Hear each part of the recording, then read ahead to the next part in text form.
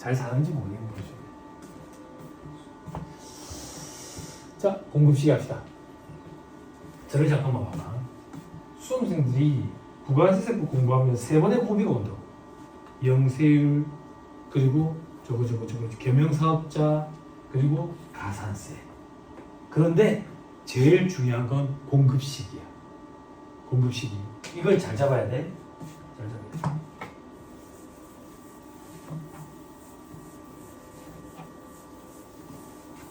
자, 공급시기가 중요한 이유가 뭔데?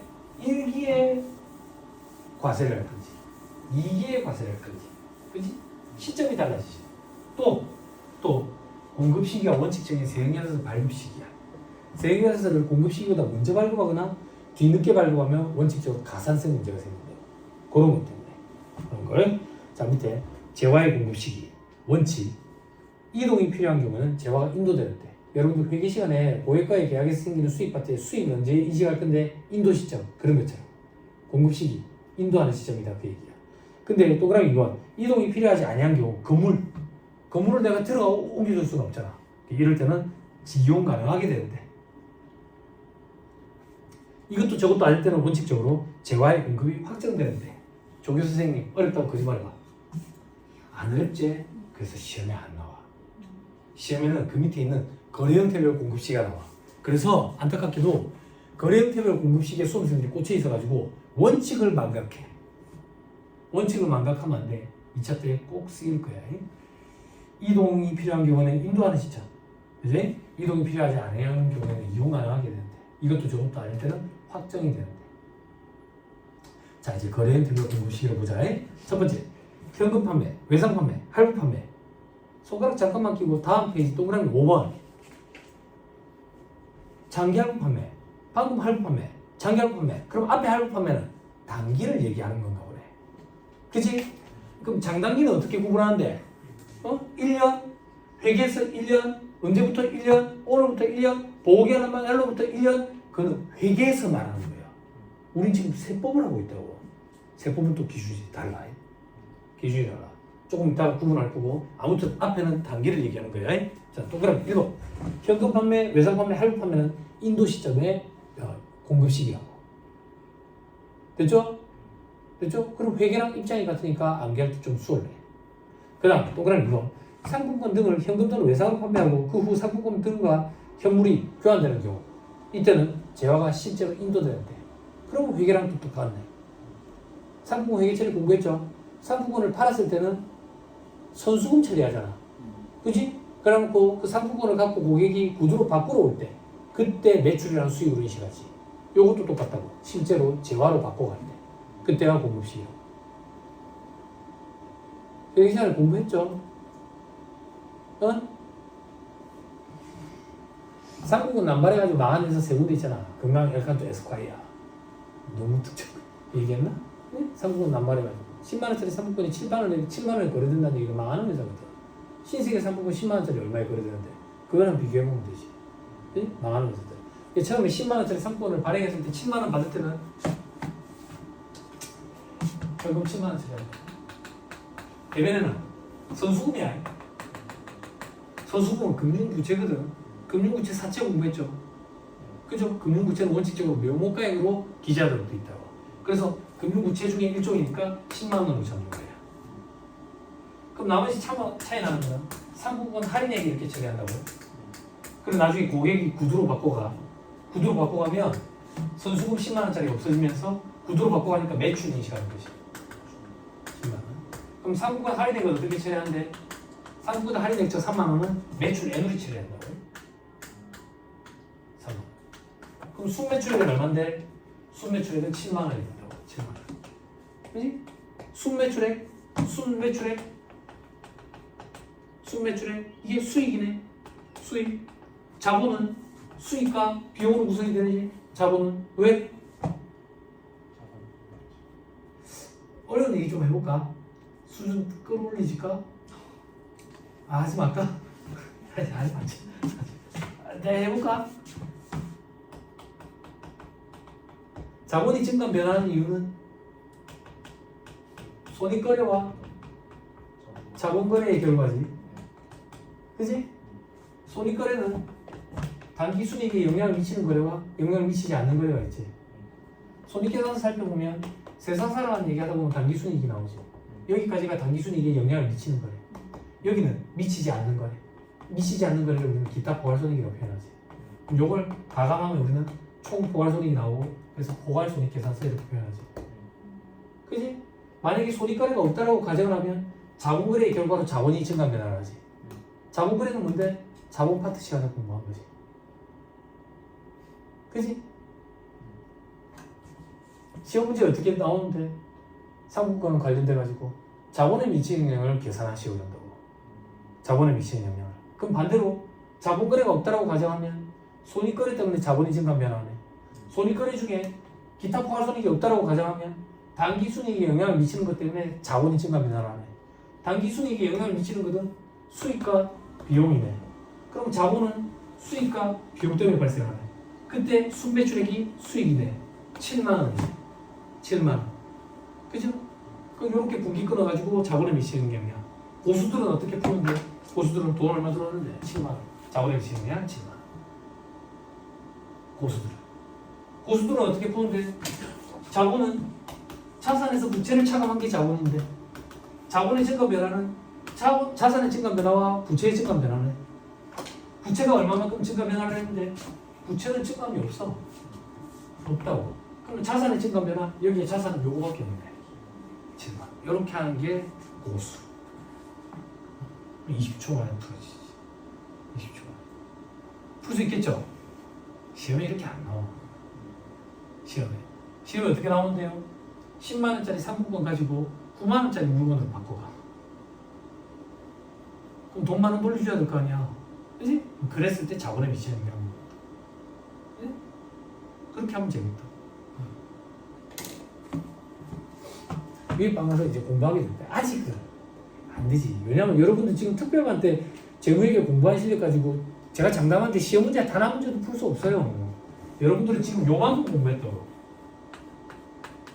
깊이도 안 되고 양도 안 돼요. 위에 방 가면 돼요.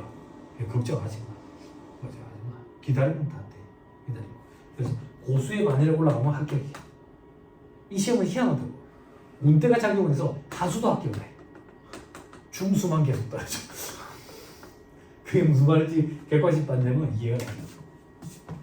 1차 시험이 객관식이라서. 1차 시험도 주관식이면 고수만 다 합격할 거야.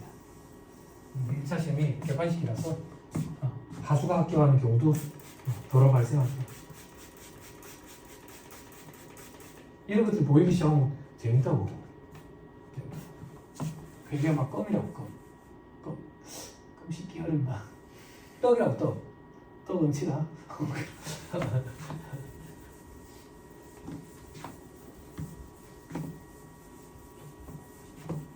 이게 나중에 보일 거예요. 걱정 안 해도 돼요. 어차피 우리는 시험에 합격하기 위해서 15회독을 할 건데 15회독 할 때 동안은 다 보이게 됩니다. 세법은 이런 것도 없어. 어려워. 회계 얼마나 쉬워. 그림이나 좀 그리다 보고. 그림도 그려지잖아. 토지, 그지? 건물, 그지? 재평가 모형, 그지? 손상, 회복을 해놓은 환이, 손상, 회복을 해놓은 환이, 기분이 좋고 나쁘고, 기분이 좋고 나쁘고, 요건 눈물이 팍 터지는 거. 손상. 기분이 좋고 나쁘고, 이건 평가라네. 평가랑 손상의 차이가 뭔데? 남자친구 있어요 혹시? 없어? 혹시 못했어? 아 그런 거 아니야? 오늘부터 그런 거 아닌 거야? 남자친구랑 오늘 싸웠어. 슬퍼할 필요 없어. 내일 다시 행복할 수 있다. 오늘 행복해. 조심해야 돼. 내일 또 싸울 수도 있다. 그게 평가. 남자친구랑 헤어졌어. 더 이상 이제 남자친구도 없지. 슬프지. 그치? 그래서 요 시점에서부터 다시 시작한다. 회수 가능해 있어. 건물로 따지면 눈물이 팍 튀긴다. 여기서 삼각해가는 거야. 왜? 남자친구가 이제 없으니까. 그치? 평가할 때는 요 베이스로 삼각해가는 거야. 남자친구 계속 있으니까 기분이 좋았다가 나빴다 할 수 있지.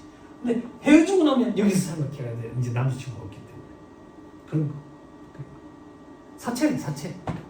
할인 발행. 금융자산이래. 기타 포화소리 공자가 진짜 명정사니까 평가한다. 눈물이 팍 터진다고 눈물이. 왜? 친구에 대한 배신, 배반을 당했다고. 돈을 안 갚을 거래 저 자식이. 눈물이 팍 터진다. 여기서 지금 회복으로 나 화내고 잡지. 네? 이런 거. 봐봐. 요 그림을 이렇게 보면 요거야. 요 그림을 이렇게 보면 요거야. 그지? 그게 이해가 되면 이제 고수가 되는 거야. 할인 발행. 할증 발행하면 요리 된다고 그림. 이거 같잖아. 네? 이런 그림을 도입한 사람이, 이 바닥에 도입한 사람이 김현우 회계사님이랄까. 천재라니까. 이걸 이 바닥에서는 업적이라고 표현해. 이 사람은 회계사가 아니라 수학자가 됐어야 될 사람이 아닌가 이런 생각이 들어요. 고대 영양가 출신이시잖아. 응? 저는 이분의 머리가 엄청 부러워요. 존경하고. 이분이 책을 쓰고 있기 때문에 여러분들이 합격이 수월한 거예요. 예전에는 어땠는데요? 자꾸 라떼 이래 얘기하면 좀 그런데 제가 대학 다닐 때 2학년 때 중국외계 수업이 있었거든. 제모외계. 교수님이 본인이 쓴 책으로 강의를 해. 강의를 하면서 현금으로 강의하면서 갑자기 계산을 하다가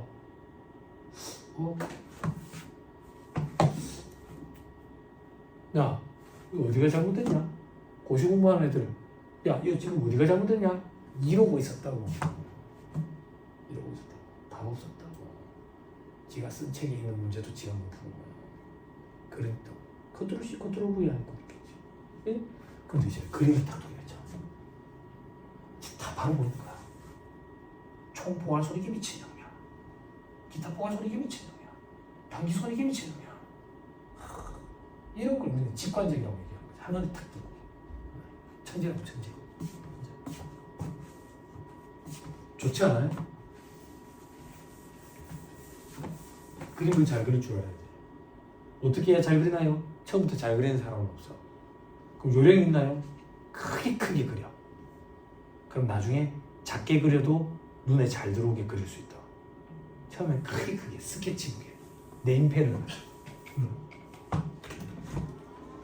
수능생들이 어느 정도까지 이게 숙달이 되냐면 2차 답안지의 풀이 과정을 보여줘야 되는데 이게 요구사항 1번이야 만약에. 근데 요구사항 2번부터 풀 거야. 요구사항 1번 푸는데 요 정도 공간이 필요하겠지라고 건너뛰고 요구사항 2번 이렇게 먼저 풀 수 있을 정도. 그 정도까지 내공이 쌓여. 그러니까 여러분들도 그렇게 될 거고. 이 그림을 많이 그리다 보면 나중에 숙달이 됩니다. 조합 반가서 이 얘기 또 해줄게. 이 얘기 또 할 때 그때는 느낌이 달라.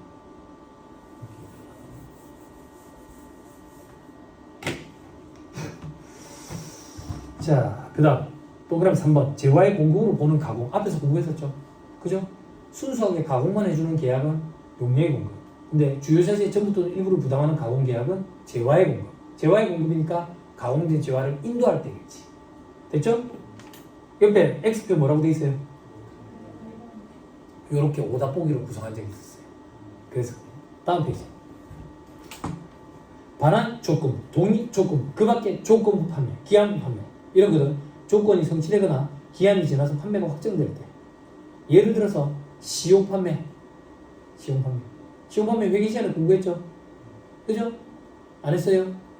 여기 결혼하셨다 그랬죠? 결혼 홈쇼핑 좋아하시죠? 아니에요. 저를 엄청 좋아합니다.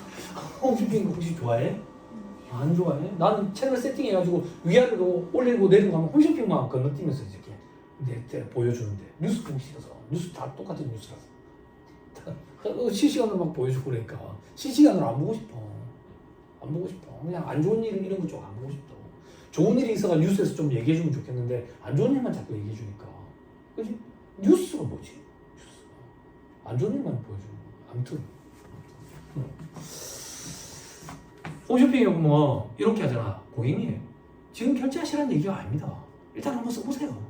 연락처랑 남겨주시면 저희가 물건을 보내드립니다. 그러면 보름 내에 언제든 변심하시면 물건 다시 반납해 주셔도 됩니다. 상관없습니다. 요게 시용 판매.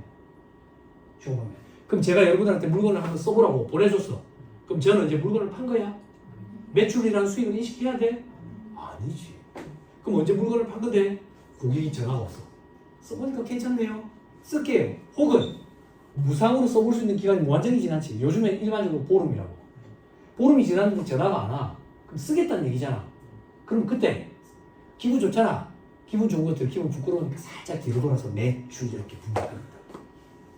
그게 조건이 성취된 시점이야. 됐어요?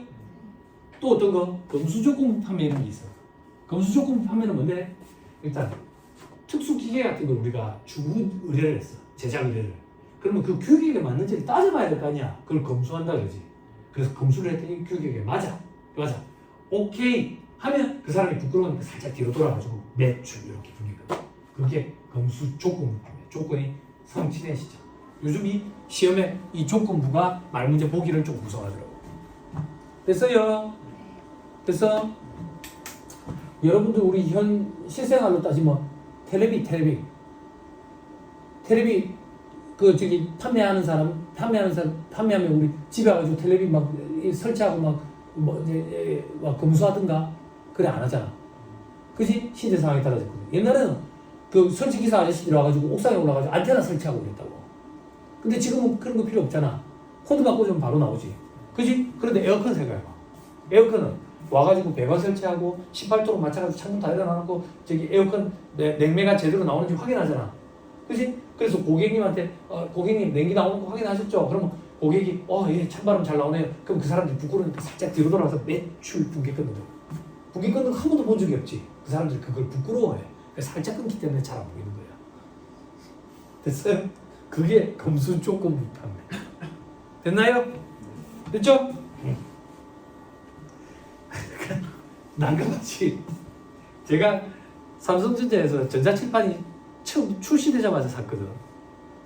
출시되자마자 애들 코로나가 터져가지고 강의 찍어서 올려야 되니까 그래서 샀는데 설치기사가 2명이 왔어. 무거우니까 설치기사 2명이 왔는데 설치기사가 이게 어떻게 키우는지 모르는 거야. 만져본 적이 없어. 나도 몰라.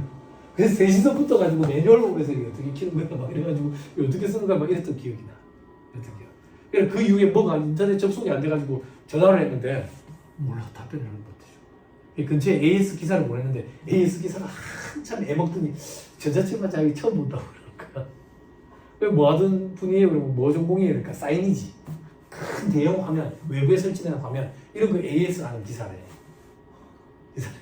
그랬는데 얼마 전에 AS 기사 불렀을 때는 이제는 잘 만지시더라고. 아무튼 그렇게 검수조건 판매다. 넘어갑니다. 동그라미 5번 조금 이따 봅니다. 동그라미 6번 간주공급. 이런 거 암기하는 친구들 난 이해를 못하겠어. 이거 왜 암기하는지 모르겠어. 자, 간주공급의 공급시기. 면세 전용.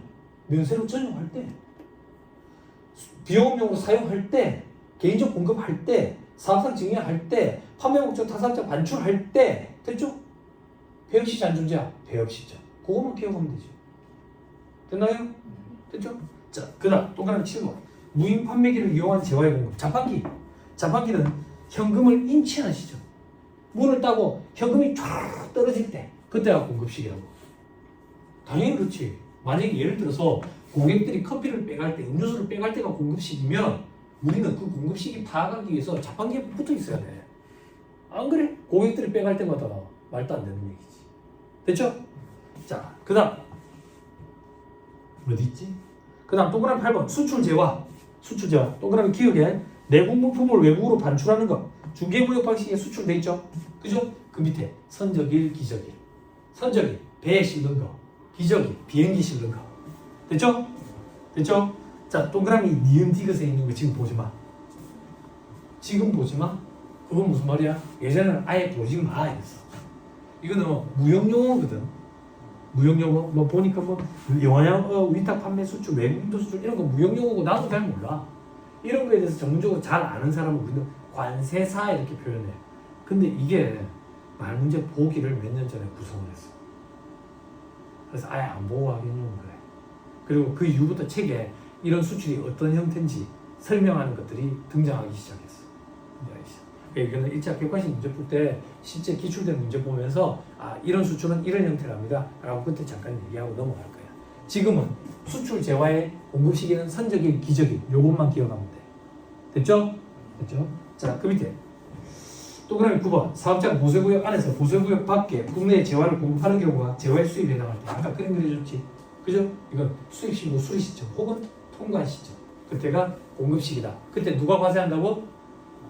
세관장이 과세한다고. 세관장이. 자, 그럼 밑에 동그라미 10번에 폐업 전에 공급한 재화의 공급 시기가 폐업일 이후에 도래할 때는 폐업일을 공급 시기로 봐. 이 밑에 친절하게 써놨지. 이 책에 저자가 세금 내고 문 닫아라 뭐 이래놨지. 됐죠? 자, 그럼 이 파트에서 시험에 제일 잘 나오는 거 동그라미 5번으로 갑니다. 장기할 판매, 중간 지급 조건부 공급, 완성도 기준 지급 조건부 공급. 그 밖에 전력이나 공급 단위로 구획할 수 없는 재화의 계속적 공급. 암기하자. 공급 시기는 언제네? 대가의 각 부분을 받기로 한대. 뭐라고? 조교수님 읽어줘요. 뭐라고? 대가의 각 부분을 크게 뭐라고? 받기로 한대. 옆에 써. 받은 때 X. 받은 때가 아니야. 받기로 한 때야. 받은 때가 아니야. 돈을 받았을 때 공급 시기가 아니라 돈을 받기로 한 날. 그러면 돈을 받기로 한 날에 돈을 못 받아도 공급 시기야. 공급 시기가 도래하더라고. 세금계에서 발표해야 돼. 됐죠? 됐죠? 오케이. 됐어. 자, 이 중에 제일 쉬운 게 일단 완성도 기준 지급 조건부 공급이야. 요거부터 먼저 살펴보자. 다음 페이지. 박스 3번이 다음 페이지였고 1-46페이지까지 와야 돼. 박스 2번.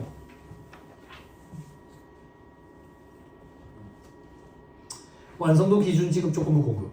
건물을 건설한다든지 선박을 건조한다든지 기계 제작. 그게 무슨 말인데? 건물을 지어주고 돈 받는 업체야 우리는. 그리고 배 만들어주고 돈 받는 업체야.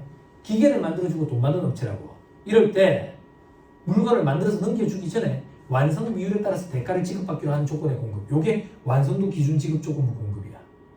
이거 무슨 말인데? 건물 100억짜리 하나 지어달라고 의뢰가 들어왔어.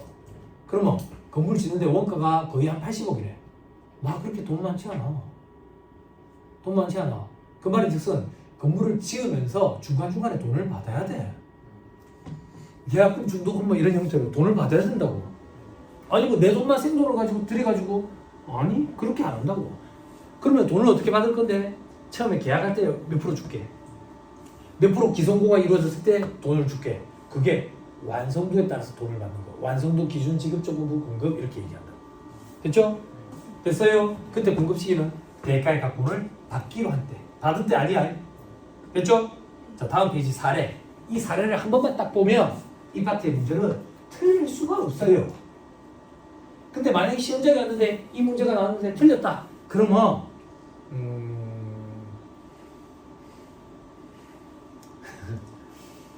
그냥 안 맞는 거야. 뭐랑 안 맞는 건데? 걔는 시험이라는 거랑 안 맞는 거야. 그럼 다른 바닥 시험도 안 맞을 거야. 그냥 시험이라고 안 보는 게 나아. 그 정도로 쉽다 그 얘기야. 그죠? 좀 무시하는 게 아니라. 응? 자, 100원짜리 건설 도급 계약을 맺고 계약할 때 10%, 50% 기성됐을 때 40%, 완성됐을 때 50% 이렇게 바뀌어야 돼. 일기 확정 신고 때, 일기 확정 신고는 4월부터 6월까지지. 그때 과표에 들어갈 숫자를 한번 계산해 보래. 과표에 들어갔어. 근데 6월 30일 현재 기성고, 완성고는 60%야. 60%. 그러면 봐봐. 지금 50%까지 완성이 됐으니까 계약할 때 10%, 그리고 50% 기성됐을 때 40%, 총 50%를 받으면 되지. 그런데 계약할 때 10%는 3월 31일 거네. 이거는 예정 신고할 때 과표에 들어갔을 거야. 확정 신고 때는 40%만 들어가면 되지. 40원. 어렵다고 거짓말해봐. 이거 틀릴 수가 있겠어? 그치? 틀릴 수가 없다. 됐죠? 됐죠? 실수? 아니, 이런 건 실수가 아니야. 이런 건 잘못이라고 얘기하는 거야. 실수가 아니야. 됐죠? 그래요? 너무 쉽죠? 근데 시험에 나온다고. 자, 이제 우리 시험에 제일 잘 나오는 두 가지. 장기하고 판매, 중간지급 조건부 공급. 여러분들은 페이지 1-44페이지.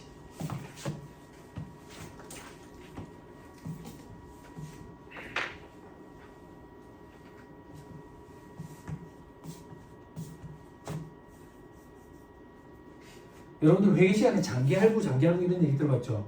그죠? 그거랑 달라. 유사해 보이는데요. 다르다라고 생각하고 해야 돼.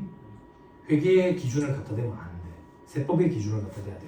근데 이 세법의 기준이 법인세법에서도 똑같이 통용돼. 한 번만 딱 암기하면 돼. 장기할부 판매.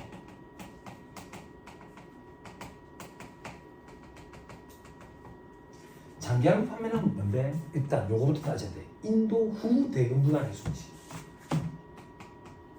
인도 후 대금 분할 횟수야.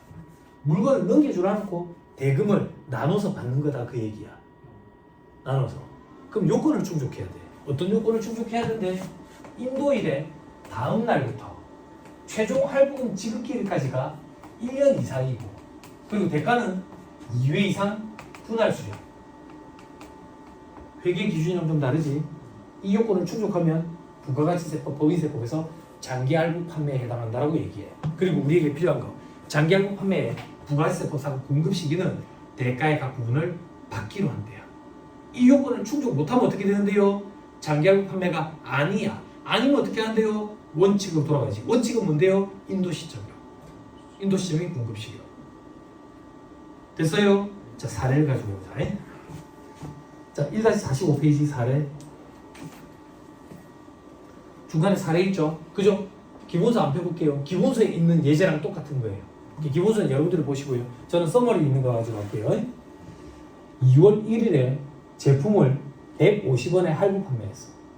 그리고 매월 말 10원씩 받기로 했으면 총 15번이지. 매월이니까 15개월이네. 그지? 1년 이상이네. 2회 이상 부담 수익이네. 장기할부 판매에 해당한다.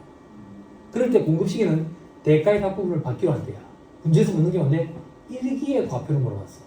1기 과표는 1월 1일부터 6월 30일까지야. 근데 이 회사는 2월 1일 판매했으니까 2월 1일부터 6월 30일까지 과표에 들어갈 숫자. 대금 언제 받기로 했는데 매월 말. 그럼 저를 봐봐. 2월 말, 3월 말, 4월 말, 5월 말, 6월 말 5개 10원씩 50원 이 과표에 들어갑니다. 됐어요? 문제 시험 문제 이렇게 나온다. 마지막 달 거, 6월 거 아직 수령을 못했다 이런다고. 그래도 들어가야 돼. 받은 때가 아니라 받기로 한 때. 됐어요? 됐지요? 어렵다고 보지 말고. 안 어렵지. 그죠? 자, 그 밑에. 자, 이제 왼쪽에 다시 들어가. 이제는 중간지급 조건부 공급이라고. 됐어요? 칠판 중간지급 조건부 공급은 뭔데?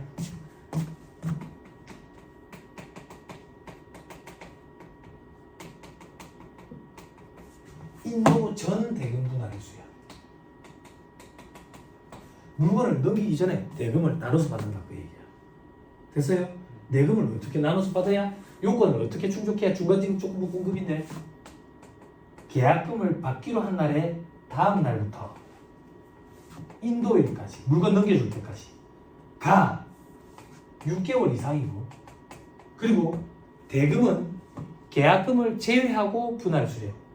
그럼 계약금까지 포함하면 3회 이상 분할 수령이네. 3회 이상은 우리가 편의상 법조문은 계약금을 제외한 대가를 분할 수령. 됐어요? 이 요건을 충족하면 중간지급 조건부 공급에 해당하고 대가의 각 부분을 받기로 한 때가 공급 시기야 돼. 이 요건을 충족 못하면 다시 원칙으로 돌아가야지. 인도 시점이라고. 제외하니까. 됐죠? 자, 두 번째 점. 상가를 잔금 지급할 때 인도하기로 하고 계약금, 중도금, 잔금을 받기로 했다. 2월 1일, 6월 1일, 10월 1일.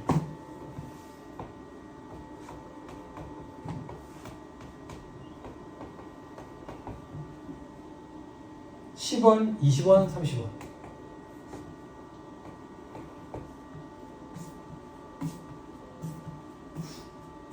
칠판 봐봐요.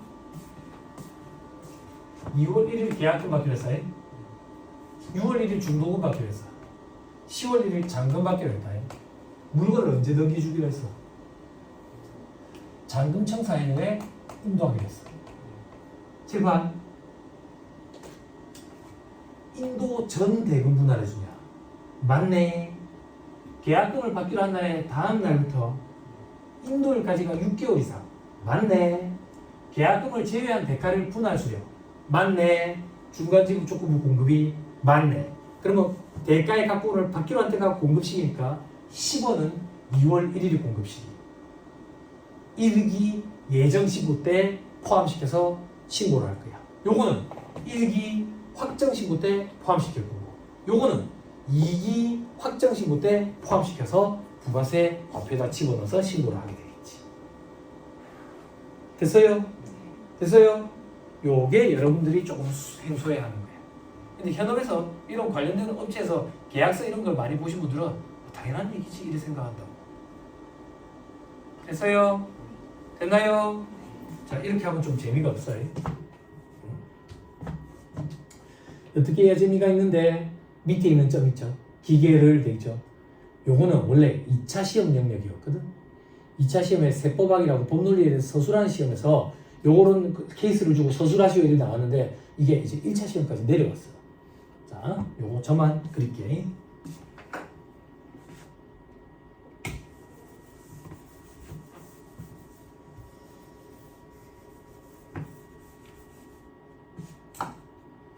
괜찮아. 저 자식 하고 나면 저 자식 그만 더럽게만 해주네. 그렇게 어렵지도 않네. 이런 생각이 들 거야. 이런 생각. 근데 문제가 뭐냐면 집에 가잖아. 집에 가면 이게 무슨 소리지? 갑자기 갔다. 수업 시간에 저 자식이 이럴 때 설렁설렁 얘기가 그래. 그거는 막 맞는 얘기던데 집에 오니까 갑자기 이해가 안 되는 거지. 희한하다. 그래서 최고 복습은 그날 배운 거 그날 바로 하는 거. 바로 하는 거. 네? 오늘 집에 가서 오늘 공부 8시간 했더니 너무 피곤해서 오늘은 일단 일찍 쉬어야 되겠다. 공부 8시간은 내가 했다고. 여러분들은 제가 8시간 놓고 공부하는 걸 구경했고, 그치? 여러분들 공부 시간이 아니라고. 에? 기계를 잔금 지급할 때 인도하는 계약을 체결했어. 언제? 12월 1일에. 그때 계약금 10원, 중도금 20원, 잔금 30원을 주기로 했어. 받기로 했어. 10원, 20원, 30원. 이건 똑같네. 계약금은 24년 12월 1일. 중도금은 2025년 5월 1일.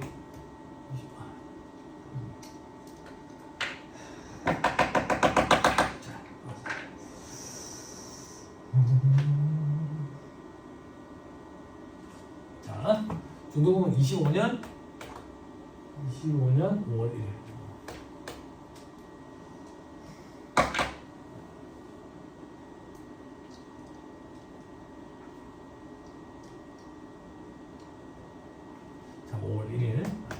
자, 나머지 잔금은 언제 있지?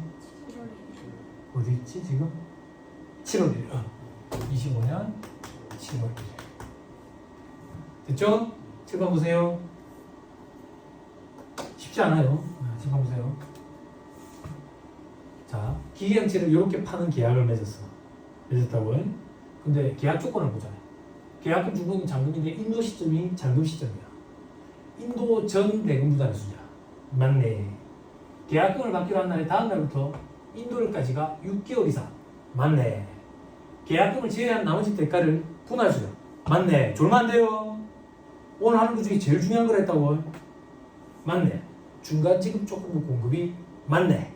그죠? 그러면 대가의 각본을 받기로 한 때가 공급 시기.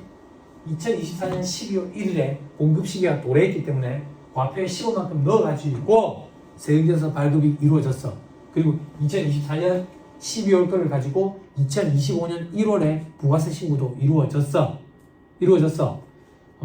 그리고 2025년 5월 1일에 중도금 공급 시기가 도래했어. 근데 문제가 생기는 거야. 어떤 문제가 생기는데 6월 30일에 실제 인도를 해버렸대.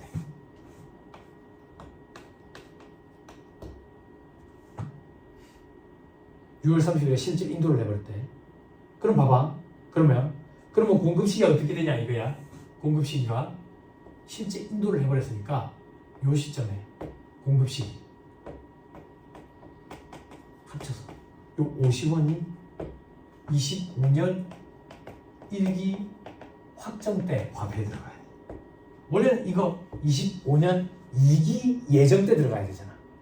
그지? 실제 인도가 땡겨져 버렸다고. 됐어요? 자, 보세요. 기계를 잔금 지급 시 인도하는 계약을 이때 체결했어. 실제 인도 시기는 6월 30일이래. 그럼 1기의 과표는 30원까지 더한 50원이 들어가야 돼. 됐죠? 자, 그 밑에 계약일 기준으로 중간 지급 조건부 요건을 충족했는데 지급 기간 중인 6월 30일에 인도했으니까 인도 전 받은 금액인 10원과 20원은 받기로 한 때인 12월 1일과 5월 1일 공급식이고 인도 후 받기로 한 금액인 30일인 인도일인 25년 6월 30일이 공급시기가 된다고. 이거는 6월 30일이 공급시기가 된다. 됐어요? 하고 보니까 재미가 없네. 하고 보니까 미안합니다. 다른 케이스랑 헷갈렸어요. 재밌는 케이스로 바꿀게요.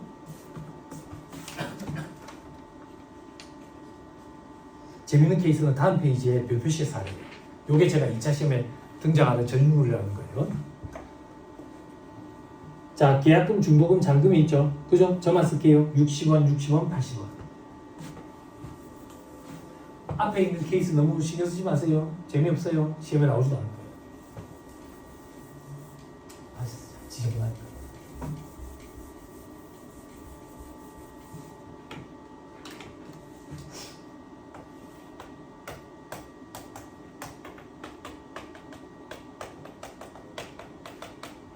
날짜 한 번만 써볼까? 10월 20일, 2월 20일, 6월 20일. 돈을 얼마씩 받기로 했냐면 60원, 60원, 80원.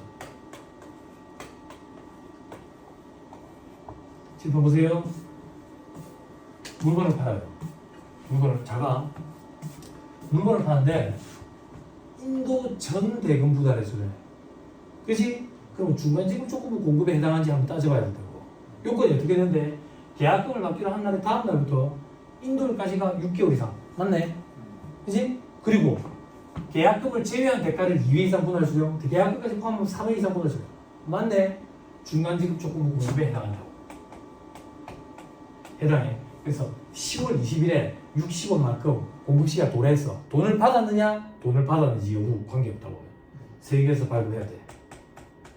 됐지? 됐지? 그리고 2월 20일이 됐어. 2월 20일. 2월 20일이 됐는데 문제가 생기는 거야. 어떤 문제가? 거래처에서 돈이 지금 회전이 안 된대. 돈이 회전이 안 된대.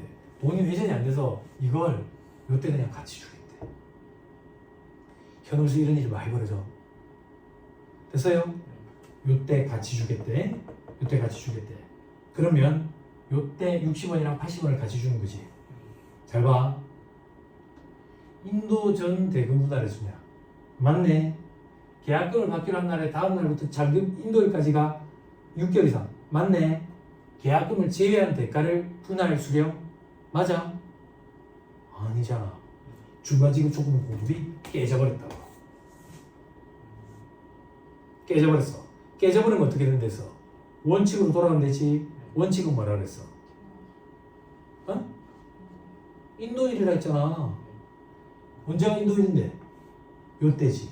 요때가 공급시기라고. 요때가 공급시기. 그럼 문제가 뭔데?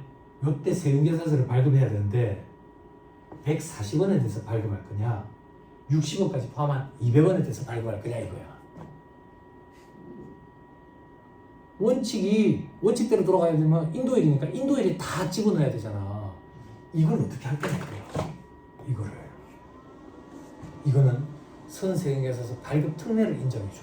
그래서 요거는 그대로 냅두고 6월 20일에는 140원에 대해서만 세금계산서를 발급한다. 됐어요? 요게 2차 시험에 세법학에 소수령 문제로 등장했는데 1차 시험으로 내려가 버렸어. 우리는 계산만 하면 되니까 편하지. 그치?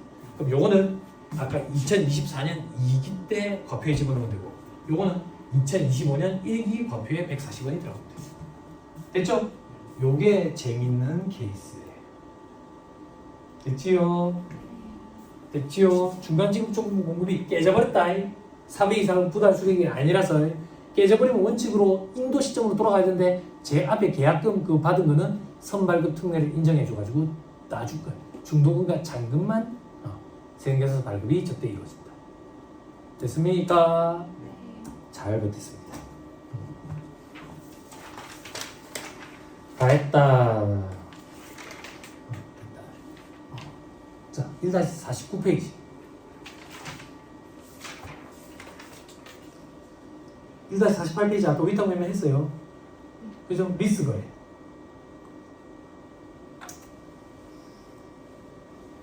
리스 안 했지? 했어. 정태가 여기서 최고다. 정태가 여기서 최고다. 맛있는 거 좀 사줘야겠다.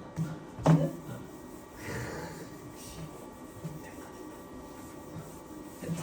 덜 피곤하겠다. 자, 하긴 했는데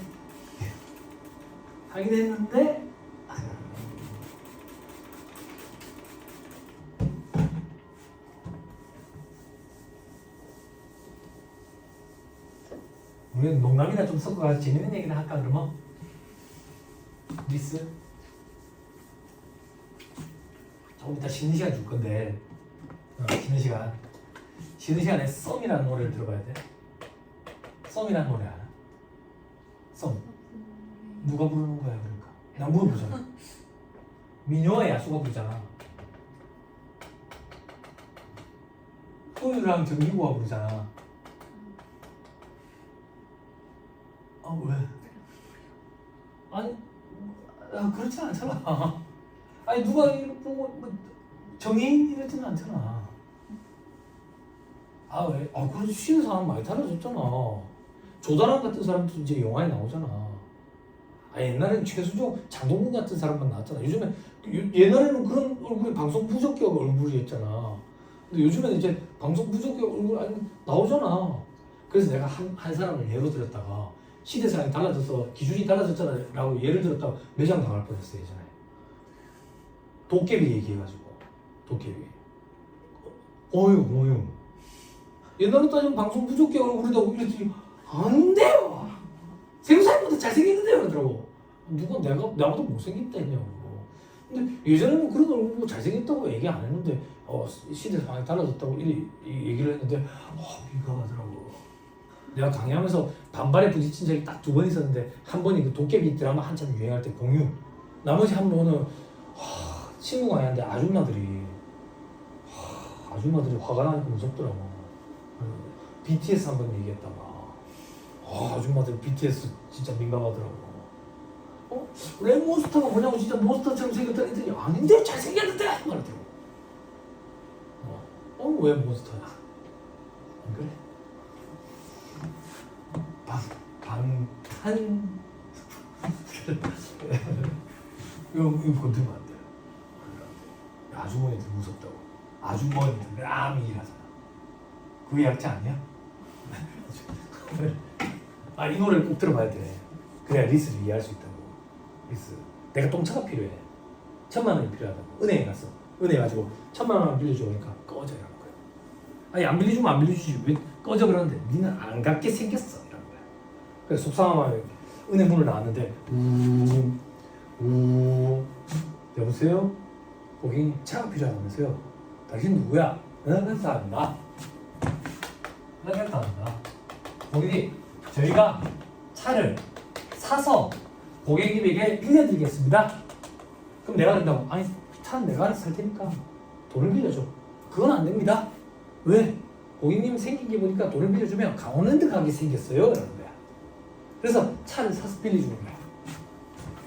차를 사서. 그럼 얘들은 차를 만약에 1억짜리 차를 사가지고 내한테 1억 2천만 원 정도를 받는다. 그게 2천만 원인 건데 이자야. 차를 빌려주는 것 같지만 돈을 빌려주는 거라. 그래서 부가가치세법에서는 얘들을 금융보험업 이렇게 얘기한다. 그래서 면세사업자야. 금융보험업의 제일 대표적인 게 은행. 또 어떤 게 있는데 아저씨가 하는 거. 아저씨 이제 얘기하면 슬프다. 전당포업 이런 거. 그 아저씨가 전당포업 하다가 이제 방송에 안 나온다고. 전당포업의 맛을 들여가지고.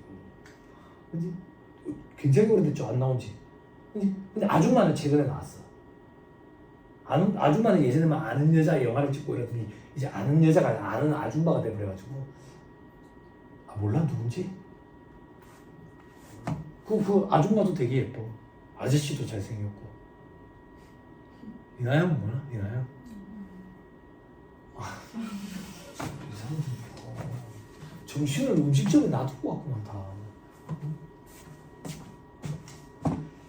얘들이 법적 소유권을 갖고 있다. 근데 경제적 실질은 나한테 있어. 내 거라고 보고 처리하는 게 금융리스라고. 법적 소유권이 얘들한테 있고 경제적 실질은 나한테 있고. 내 거 있는 내 거 아닌 내 거 같은 거예요.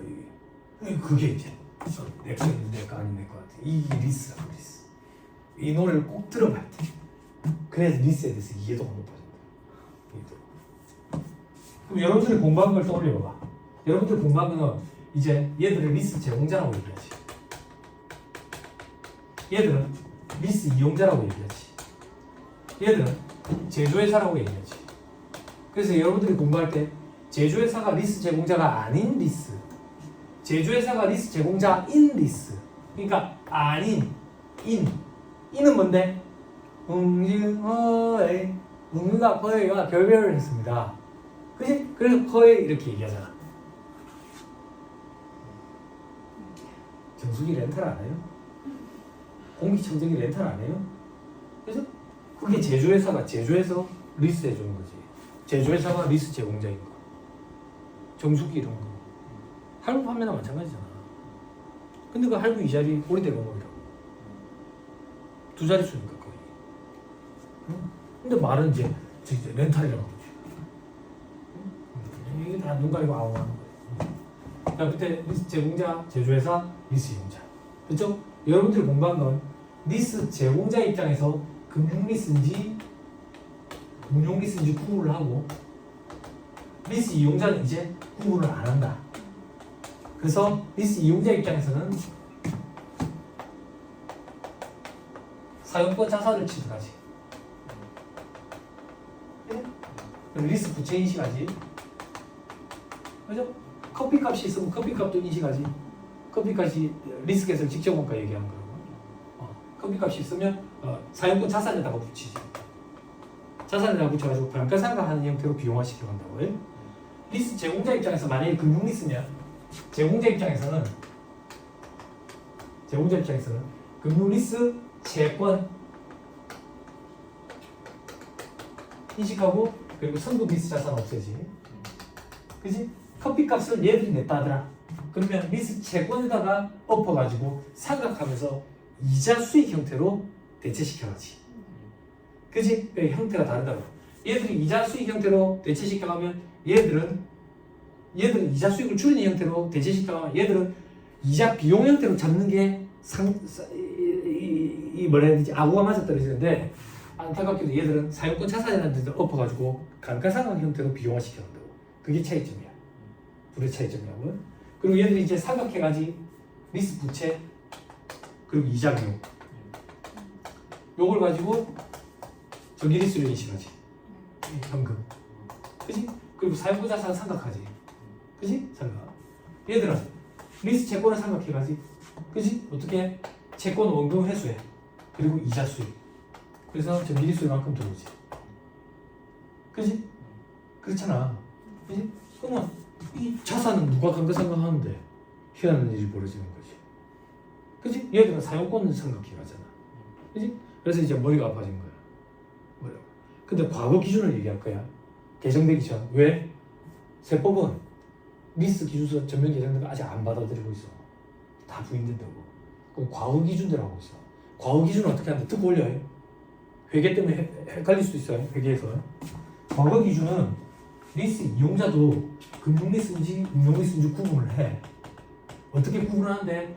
제공자한테 물어봐.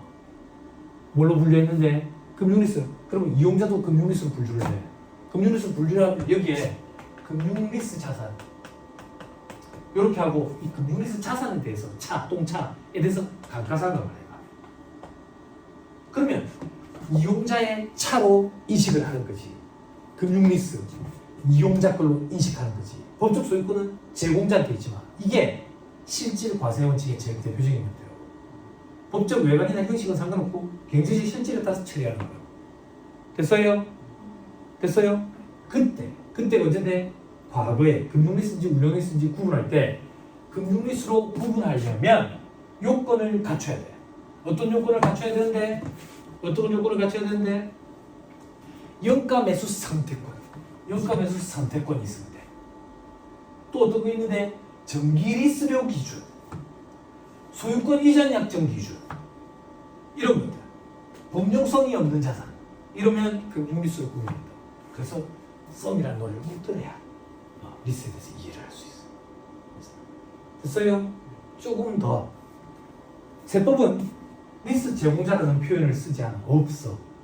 세법은 얘를 시설 대여업자라고 표현해. 그리고 이런 걸 시설 대여업 이렇게 표현해. 됐어요? 그러면 이제 조문이 읽힌다. 됐어요? 리스 힘든 사람 있어요? 리스 힘든 사람은 다 못해서 그래요. 뭘 다 못해서? 책방 봐봐. 리스 채권에서 리스라는 말 빼봐. 채권이지. 그치? 예전에는 금융리스 채권 이렇게 불렀거든. 그러면 리스라는 말 빼봐. 금융채권. 자, 여기서 예전에 금융리스 부채 이렇게 불렀거든. 리스라는 말 빼봐. 사채, 금융부채, 금융자산.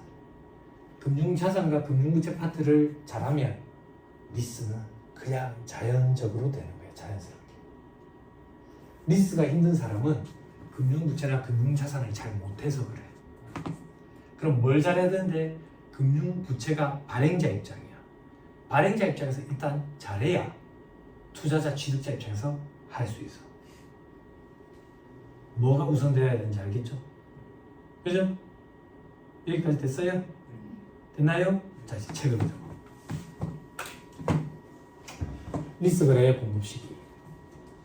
납세 의무가 있는 사업자, 리스 이용자가 여신 전문금융업법에 따라 등록한 시설 대여업자, 리스 제공자 얘기하는 거야. 이 리스 회사는 이 제조회사 얘기하는 거 아니야. 리스 제공자 얘기하는 거라고. 예? 로부터 시설을 임차하고 그 시설을 국내 제조회사 등 공급자로부터 직접 인도받는 경우에는 사업자가 공급자로부터 직접 공급받은 것으로 보아 위의 공급시기 규정을 규정한다. 그럴 때 밑에 괄호 2번에 세형계산서 발급은 두 번째 줄에 공급자가 직접 세형계산서를 발급할 수 있다. 됐나요? 뭐가 됐어? 절대 이해 못해. 7번 보세요. 7번 잘 봐봐. 이게 무슨 말이냐? 나야. 리스 이용자야 나야. 내가 현대캐피탈로부터 리스를 해가지고 차량을 이용하고 있어. 그럼 현대캐피탈은 나한테 금융보험 영역을 제공해 주는 거거든. 돈 빌려주고 이자 받는 업체라고. 얘들은 면세사업자야. 면세사업자는 나한테 세금계산서 발급을 못 해줘. 면세사업자들이 발급하는 거는 부가세가 기재되지 않은 걸 발급해 주는데 그걸 계산서라고 해. 계산서와 세금계산서의 차이는 부가가치세만 별도로 기재가 안 돼 있는 게 계산서야. 그럼 나는 세금계산서를 못 받았으니까 매입세 공제를 못 받아. 못 받는다고. 그럼 불합리하잖아 나는. 그지? 이럴 때 내가 리스 제공자와 계약을 하고 제조회사로부터 차량을 바로 받을 수가 있어. 그러면 제조회사가 내한테 세금계산서 발급해 줄 수 있다고. 그럼 나는 매입세 공제를 받을 수 있어. 요걸 얘기하는 거야 지금. 제조회사로부터, 즉 공급자로부터 직접 공급받았다고. 그러면 세금계산서 발급받을 수 있고 매입세 공제 받을 수 있어. 됐나요? 7판. 만약에 근데 이 차가 비영업용 소형 승용차면 매입세 공제를 못 받지. 다운프, 출해라, 버스면 공제받을 수 있다고. 계속 보세요. 동그라미 2번은 뭔데? 동그라미 2번 알고 봤더니 여기가 현대자동차가 아니라 독일에서 온 세계인용 차더라 이거야. 그러면 물 건너오겠지. 물 건너오면 세관장이 세금계산서를 발급해 줄 수 있다. 그럼 그걸 명목으로 나는 매입세 공제를 받을 수가 있어. 출해라, 땀프, 200호. 200호 말고 200호. 볼보, 벤즈, 다이우 이렇게 사용차 시장에서 유명하죠. 땀프 트럭 유명하다고. 그지? 200호 이런 거 땀프 트럭 본 적 있죠? 25톤짜리 트럭. 그죠?